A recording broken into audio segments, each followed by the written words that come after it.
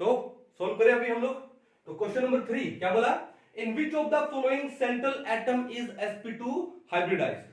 तो पहला आपको दिया है ट्राइसिलाइल अमीन। तो देखो ध्यान से इसका स्ट्रक्चर बना के देखते हैं। वी हैव वन नाइट्रोजन, ठीक है, और साथ में कितने सिलाइल ग्रुप लगे, 3, SiH3। तो मैं डायरेक्ट लिख दूं H3, ठीक है। यहां पर भी क्या है, SiH3 and there is a lone pair on nitrogen. Nitrogen के पास क्या है, एक लोन पेयर है, ठीक है। चलो अब इसको भी ले लेते हैं साथ में, कंपेयर कर लेंगे। क्या है, यहां पर नाइट्रोजन है, 3 मिथाइल ग्रुप है and there is a lone pair on nitrogen. अब देखो कि यहां पर ये जो नाइट्रोजन का लोन पेयर है किसमें है, 2p में है। किसमें है, 2p फील्ड। तो मैं लिख दूं ये क्या है, 2p फील्ड में। यह है 2p और इसका 2p फील्ड है, there is a lone pair on nitrogen. But यहां पे साथ में कौन है, कार्बन है। अब कार्बन भी सेकंड पीरियड का है और कार्बन की वैलेंसी 4 और इसकी चारों की चारों वैलेंसी फुल है। इसका मतलब कार्बन में कोई भी ऑर्बिटल वेकेंट नहीं है, ठीक है। तो इसका मतलब यहां पे बैक बॉन्डिंग नहीं हो सकती। ये नाइट्रोजन अपना लोन पेयर इस कार्बन को नहीं दे सकता। अब नहीं देगा तो क्या होगा, ये लोन पेयर किसके पास रहेगा, नाइट्रोजन के पास रहेगा। भाई ये अपना लोन पेयर किसी और को दे सकता है, तो ये लुईस बेस का काम कर सकता है। किसका काम कर सकता है, ये लुईस बेस का, ठीक है। It can donate its lone pair to some Lewis acid type cattle species. Clear. अब देखो ध्यान से कि यहां पर अगर मैं इसका हाइब्रिडाइज्ड स्टेट देखूं नाइट्रोजन का, तो कितने सिग्मा बॉन्ड, 1 2 3, 3 सिग्मा बॉन्ड है and there is a lone pair. Total कितना हुआ, 4।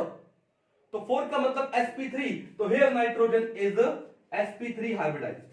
क्वेश्चन क्या हमारा, which of the following, in which of the following central atom is sp2। तो ऑप्शन नंबर 2 तो हमारा गलत हो गया, ये तो भैया sp3 हाइब्रिडाइज्ड है। कहानी समझ आ गई। फिर आते हैं यहां पर ट्राइसिलाइलामीन में। यहां पर नाइट्रोजन का लोन पेयर किसमें है, 2p में है। किसमें है, 2p। ये तो इसका 2p क्या है, फील्ड है। लेकिन सिलिकॉन है वो थर्ड पीरियड का है, और थर्ड पीरियड का मतलब क्या है कि 3d भी ऐड हो गया। सिलिकॉन की 1 और 3 4 वैलेंसी कंप्लीट है, यानी 3s एंड 3p फुल है, बट 3d तो वेकेंट है। तो सिलिकॉन है उसके 3d ऑर्बिटल्स, ये लो, तो ये कौन सा हो गया, सिलिकॉन का 3d वेकेंट हो गया। अब ये नाइट्रोजन अपना लोन पेयर इस सिलिकॉन के वेकेंट 3d में दे सकता है।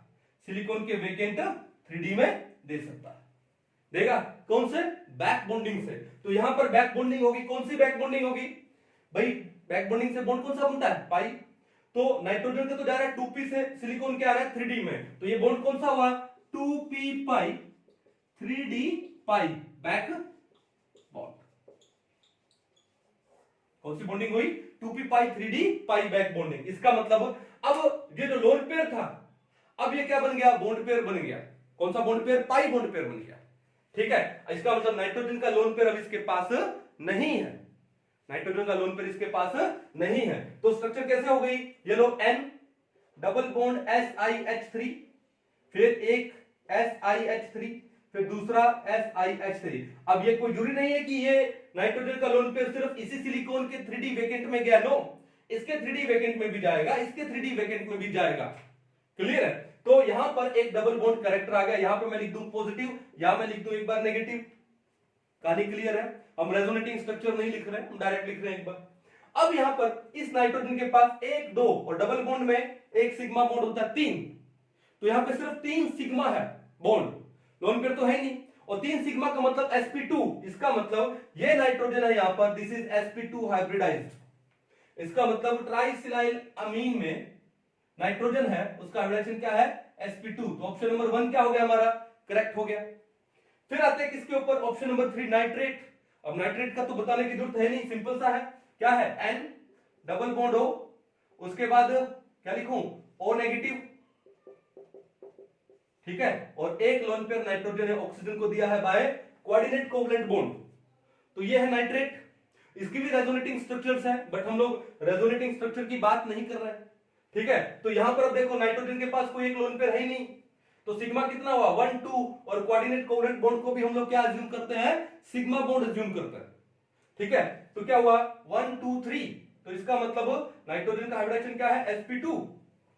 कितना है sp2। अब आपके लोगों में कईयों के माइंड में आएगा कि सर अभी आपने बोला कि कोऑर्डिनेट कोवेलेंट बॉन्ड को सिग्मा बॉन्ड एज्यूम करते हैं, तो बैक बॉन्डिंग से ये बॉन्ड भी हम लोग एरो से दिखाते हैं, तो बैक बॉन्डिंग से ये जो बॉन्ड बना ये कौन सा है, तो पाई बॉन्ड है भाई।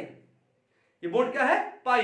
देखो जब दो एटम के बीच में कोई बॉन्ड नहीं है, कोई भी बॉन्ड नहीं है, तो एक एटम दूसरे को अगर लोन पेयर डोनेट करता है तो उनके बीच में क्या बनता है, कोऑर्डिनेट कोवेलेंट बॉन्ड बनता है, और उसको हम लोग बोलते हैं सिग्मा। लेकिन जब दो एटम्स में पहले से ही बॉन्ड है, जैसे नाइट्रोजन और सिलिकॉन में पहले से बॉन्ड था सिग्मा, अब जो बैक बॉन्डिंग से बॉन्ड बनेगा तो वो क्या बनेगा, पाई बनेगा। क्या बनेगा, पाई। कहानी समझ आ गई। चलो तो यहां पर नाइट्रेट में भी नाइट्रोजन क्या है, sp2 है, तो आंसर क्या आएगा, बोथ 1 एंड 3, 1 और 3 में सेंट्रल एटम है वो क्या है, sp2 हाइब्रिडाइज्ड है, तो हमारा आंसर क्या हो गया, ऑप्शन नंबर 4। कहानी समझ आ रही है, बड़े इंटरेस्टिंग है, ठीक है, बड़ा ही इंपॉर्टेंट एग्जांपल है यहाँ पे ये ट्राइसिलाइल अमीन, ठीक है, यहाँ पर sp2 होता है, sp2 होने का मतलब प्लेनर। एक टाइप से और भी क्वेश्चन देता है, क्वेश्चन ये है इन विच ऑफ द फॉलोइंग, ठीक है, या विच of the following is planar, तो यहां पर देगा क्या, एक तो आपको दे देगा क्या, यही SiH3 का थ्राइस n, फिर आपको दे देगा ये, ओके, फिर आपको दो एग्जांपल और जो कि क्या है, नॉन प्लेनर होंगे, तो आपका आंसर क्या आएगा ये, क्यों, क्योंकि यहाँ पे नाइट्रोजन है, sp2 हाइब्रिडाइज्ड है, और sp2 हाइब्रिडाइजेशन में जो स्ट्रक्चर होती है वो क्या होती है, प्लेनर होती है, ठीक है, ट्रिगोनल प्लेनर। कर पाओगे, तो इस टाइप से भी क्वेश्चन आएगा, ठीक है, तो इसको एक बार अच्छे से नोट डाउन करो।